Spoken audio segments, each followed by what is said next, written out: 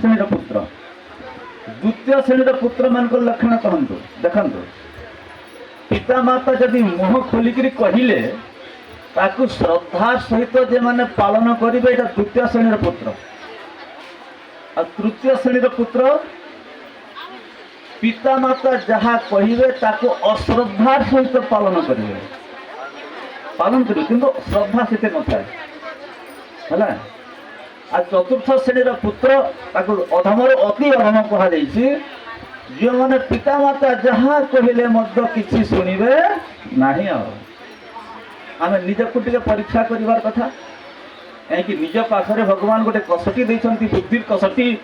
ଆମେ କେଉଁ ଶ୍ରେଣୀର ପୁତ୍ରର କେଉଁ କାଟେଗୋରୀରେ ଯିବା ଟିକେ ନିଜକୁ ପରୀକ୍ଷା କରିବା। ତ ନିଜ କଥା କୁହାଗଲା। ଏବେ ତାଙ୍କର ସତ୍ପୁତ୍ର ମାନେ ପିତାଙ୍କ ଉଦ୍ଦେଶ୍ୟରେ ଯେହେତୁ ସତ୍ସଙ୍ଗ କରିବାର ଆମକୁ ସୌଭାଗ୍ୟ ପ୍ରଦାନ କରିଛନ୍ତି, ନିଶ୍ଚିତ ଭାବରେ ସେମାନେ ପ୍ରଶଂସା ଯୋଗ୍ୟ। କାହିଁକି ପିତାଙ୍କ ଉଦ୍ଦେଶ୍ୟରେ ଅନ୍ୟାନ୍ୟ କାର୍ଯ୍ୟକ୍ରମ ଯାହାକି କରାଯାଏ ଆମର ବୈଦିକ ଧର୍ମ ଅନୁସାରେ, ତା ସହିତ ଗଙ୍ଗା ଶ୍ରାଦ୍ଧ ସହିତ ସତ୍ସଙ୍ଗ ଏଠି ଯୋଡ଼ି ଦେଇଛନ୍ତି। ସେମାନେ ନିଶ୍ଚିତ ଭାବରେ ଆମର ସମସ୍ତଙ୍କ ପ୍ରଶଂସାର ଯୋଗ୍ୟ। ଭଗବାନ ସେମାନଙ୍କର ମଧ୍ୟ କଲ୍ୟାଣ କରନ୍ତୁ ବୋଲି ବୃନ୍ଦାବନ ବିହାରୀ ଲାଲ କି। ଶ୍ରୀମଦ୍ ଭାଗବତରେ ଆପଣ ଦେଖିବେ, କାହିଁକି ତ ଗଙ୍ଗା ଶ୍ରାଦ୍ଧ, କାହିଁକି ଭଗବତୀ ଗଙ୍ଗାଙ୍କର କିଛି ମହିମା ନିଶ୍ଚୟ ଆମର ଗାନ କରିବାର କଥା।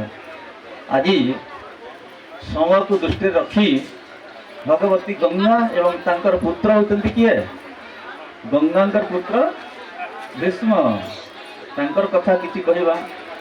ଆଉ ସର୍ବପ୍ରଥମେ ଭଗବତୀ ଗଙ୍ଗା, କାହିଁକି ତାଙ୍କର ଯେଉଁ ଅବତରଣ ହେଲା ଧରାବତରଣ କେବଳ ଭାରତବାସୀଙ୍କୁ ପବିତ୍ର କରିବା ପାଇଁ।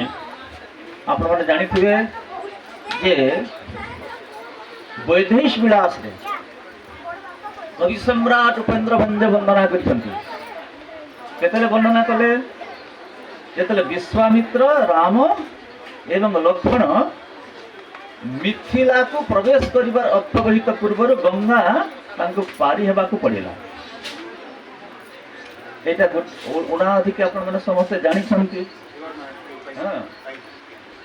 ଗୋଟେ ଧୀବର ସହିତ ଭଗବାନଙ୍କର ଯୋଉ କଥୋପକଥନ ହେଇଛି, ଏଇଟା ଭଞ୍ଜ ସାହିତ୍ୟ। ଭଞ୍ଜ ତ କହେ ଉପଇନ୍ଦ୍ର ଭଞ୍ଜ ଟେକିବେନି ବାହାକୁ, ଧରା ତଳେ କବିପଣ ନ ଗଣିବି କାହାକୁ।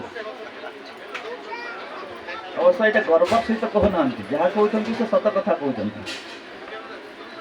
ଜୟ ଦେବ ଦୀନ କୃଷ୍ଣ ପାଦରେ ମୋ ଶରଣ, ଆନ କବି ମାନଙ୍କର ମାଥେ ବାମ ଚରଣ। ମାନେ କେତେ ତାଙ୍କର ଶବ୍ଦ ଉପରେ ଅକ୍ତିଆର ଥିଲା, କିମ୍ବା ଶବ୍ଦ ସମ୍ଭାର ତାଙ୍କର କେତେ ବ୍ୟାପକ ଥିଲା। ଭଞ୍ଜ ସାହିତ୍ୟ ଯେଉଁମାନେ ପଢ଼ିଛନ୍ତି ସେମାନେ ବୁଝିପାରିବେ। ଆଜି ତ ଭଞ୍ଜ ସାହିତ୍ୟ ଆଲୋଚନା ହେଉନି। ଆଜି ଯେଉଁ ଯୁଗକୁ ଆସିଛୁ ଶସ୍ତା ସଙ୍ଗୀତ ଗାନ କରାଯାଉଛି। ଶସ୍ତା ସଙ୍ଗୀତ ଗାଉଛନ୍ତି ନା, ମୁଁ ଉଦାହରଣ ଦେବାକୁ ଚାହୁଁନି, ଆପଣମାନେ ସମସ୍ତେ ଅନୁଭବୀ। ତାହେଲେ ଆମର ଯେଉଁ ଓଡ଼ିଶାର ସଂସ୍କୃତି, ସେ ସଂସ୍କୃତିକୁ ଆମେ ଭୁଲି ଯାଇଛୁ। ଆମର ଛାନ୍ଦ ସାହିତ୍ୟ, ଆମର ମାନେ କାବ୍ୟ ସାହିତ୍ୟ, ଆମର ଏଇ ଯେଉଁ ଓଡ଼ିଶୀ, এইটা হচ্ছে ওড়িশার সংস্কৃতি, এটা ওড়িশার স্বতন্ত্রতা, যাহাকি অন্য রাজ্যের আপন দেখিবাকু পাইবেন। অন্য প্রাদেশিক ভাষারে এইভাবে শাস্ত্রীয় রীতির সাহিত্য আপন দেখিবাকু পাইবে না। আর সংস্কৃতর অতি নিকটবর্তী ভাষা যদি কিছু থাকে তাহা হচ্ছে ওড়িয়া সাহিত্য। তবে মু এটি আসুছি, বিশেষ কিছু বর্ণনা করিবি না। କାହିଁକି ଯେତେବେଳେ ଗଙ୍ଗା ପାରି ହେବା ପାଇଁ ଆସୁଛନ୍ତି ଭଗବାନ ରଘୁନାଥ ଏବଂ ଲକ୍ଷ୍ମଣଙ୍କ ସହିତ ଗୁରୁ ଅଛନ୍ତି ବିଶ୍ୱାମିତ୍ର। ଯେତେବେଳେ ଜଣେ କେଉଟକୁ ଡାକିଲେ, କେଉଟଟା ଶୁଣିକିରି ନ ଶୁଣିବାର ଅଭିନୟ କଲା। ସବୁ ଶୁଣୁଛୁ ସେ ବିଚରା, କିନ୍ତୁ ନ ଶୁଣିବାର ଅଭିନୟ କଲା। ଭଗବାନ ତାକୁ ଟିକେ ଭର୍ତ୍ସନା କଲେ, ଆରେ ଭାଇ ତୁ ଗୋଟେ ବଧିର, ମୋର କଥା ଶୁଭୁନାହିଁ କି?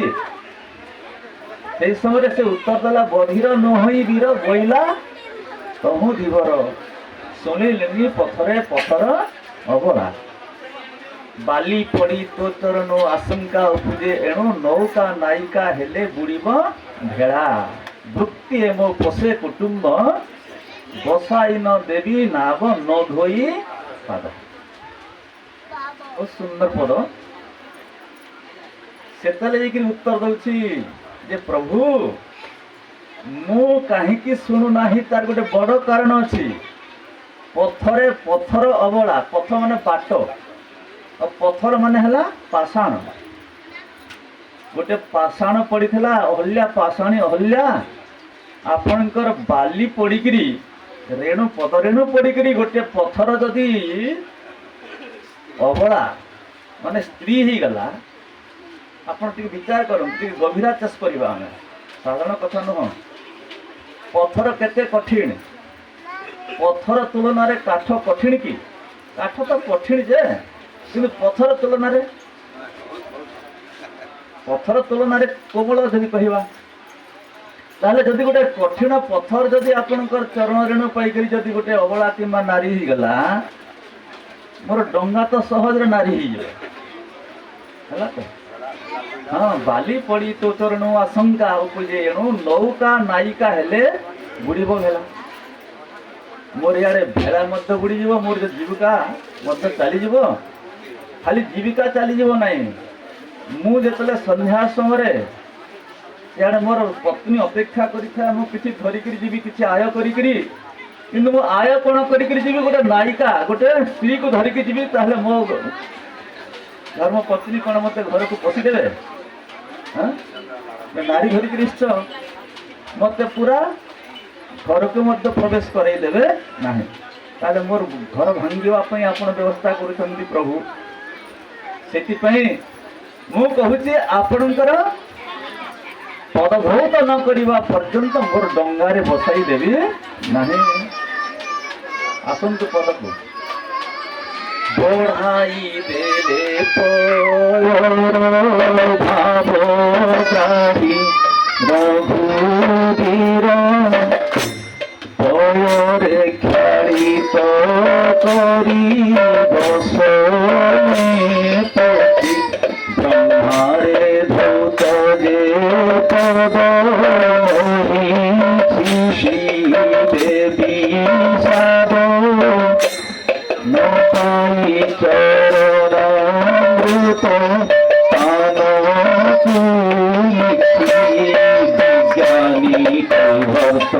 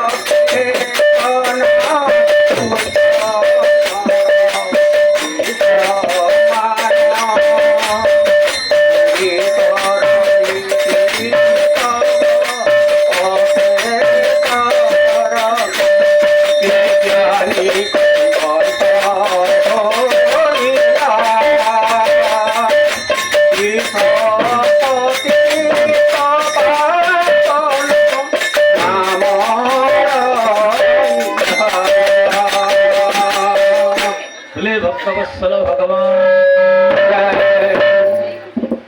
उपेंद्र भंज कवि सम्राट ये भंज एक सुंदर शब्द प्रयोग कले विज्ञानी शब्द द्व्यर्थबोधक शब्द। विज्ञानी माने विगत होती ज्ञान जार माने तार ज्ञान मोटे नाही किछि मूढ़टे से।